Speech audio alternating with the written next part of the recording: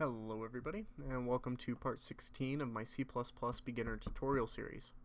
Today we're going to be covering character arrays. Now that we have learned what arrays are, we can actually finally cover the variable that we haven't touched on yet, which is arrays, or which is characters. There still is one more that we haven't touched on, but that's going to have to wait till way later when we learn more stuff, and that's the string array. So I'm going to return... make sure caps lock is off. Return 0. Let's do system. Pause because I accidentally deleted that. Okay, so let's start with character arrays. Well, a character array is much like an array. We can say something like this, where this is the array. Now, the thing with character arrays is you either have to do one of two things. You either have to define the size of the array, here,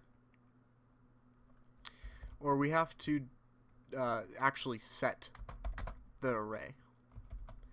So we need to do something like this, where we set the array.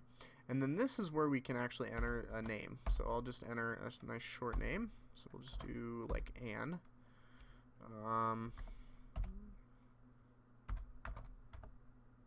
It's kind of weird typing when you have to do parentheses and commas. Now what's going to happen is if I print the name to the console, we're going to do something like this. Print name. Print the name to the console, right? What's going to happen? Well, the computer doesn't know how big Anne is. It doesn't know how big the name variable is, so that character array. So it starts printing random bits of memory from your RAM onto the screen, which is a little weird, but it just happens. So what we need to do is we need to define how big this array is, and we can do this on a couple of ways. We can either, like I said, set the actual size of the array, which will remove that memory in RAM and create just basically empty pockets there, or we can do something like this, where we do a parenthesis, and then this is a /0 parenthesis. And now if we were to print this to the line, we're going to get the Anne array here. So pretty cool. Now what we can do with this is that we can actually get input from the user. So if we go ahead and erase all this, and we set the array to be, say, 20 characters long, and then we say cout, and we prompt the user, what is your name?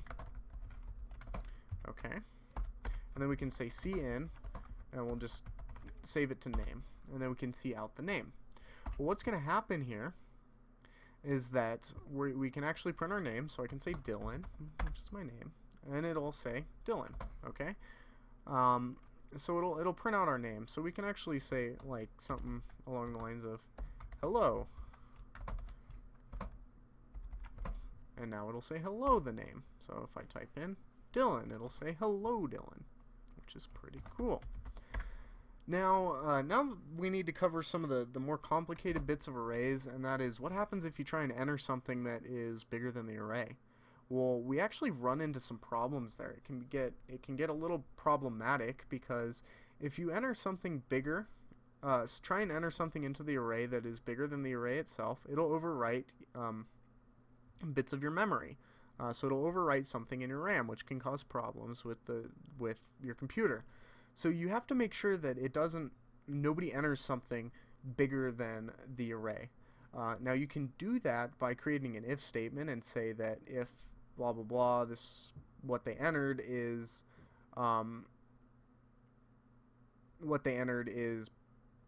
smaller than whatever. But we haven't covered some of that topics yet, so we're going to cover a slightly simpler way to do this, and that is the sin.getLine function.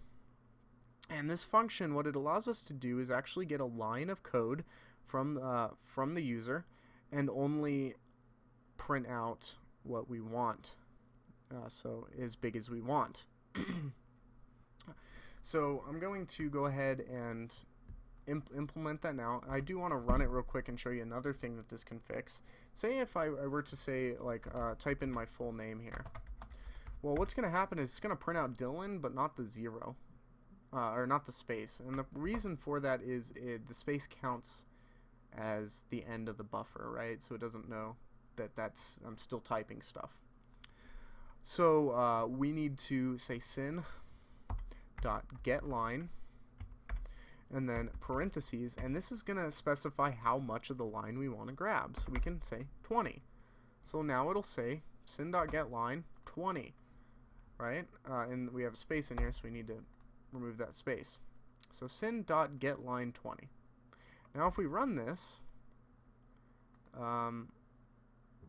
no overloaded function takes, hang on one second, no overloaded function takes one argument. Give me one moment. I'm trying to think of what I did wrong.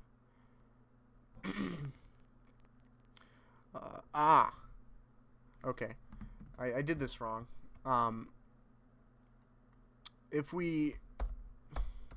For sin.getLine, you actually have to put the variable and then comma and then the name. I just remembered that. So if we look at this error here, it says no overloaded function takes one argument, and the reason for that is because sin.getLine actually takes 2 arguments, not 1. So we can say sin.getLine name and 20. So now if we try and enter our name, it'll say Dylan. That's cool. Let's try the full name again. Well, hello Dylan loop, it works. Okay, well what happens if I try and type in something longer than 20 characters? So let's say 1, 2, 3, 4, 5, 6, 7, 8, 9, 10. 1, 2, 3, 4, 5, 6, 7, 8, 9, 10, 11, 12. Okay, so okay, enter. Well, it's going to read it to the G, which is the 20 mark, which is actually the 19 mark. And the reason for that is in the array it needs that exit operation, the forward or backward /0, and it includes that in the line. So it can only read 19. If you want to read 20, you have to have a character array of 20. Another thing is if you want to set the array, you don't necessarily need to, do it the way I did before, where you type like A, and then you can actually just do double parentheses and then type in the name, and that will be the same as typing the array. And this does not need an exit operation because it's the parentheses include that automatically. Okay, so that's it for this episode, guys.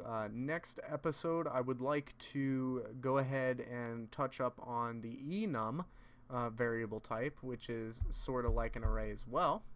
So we'll do that next episode. Thanks for watching.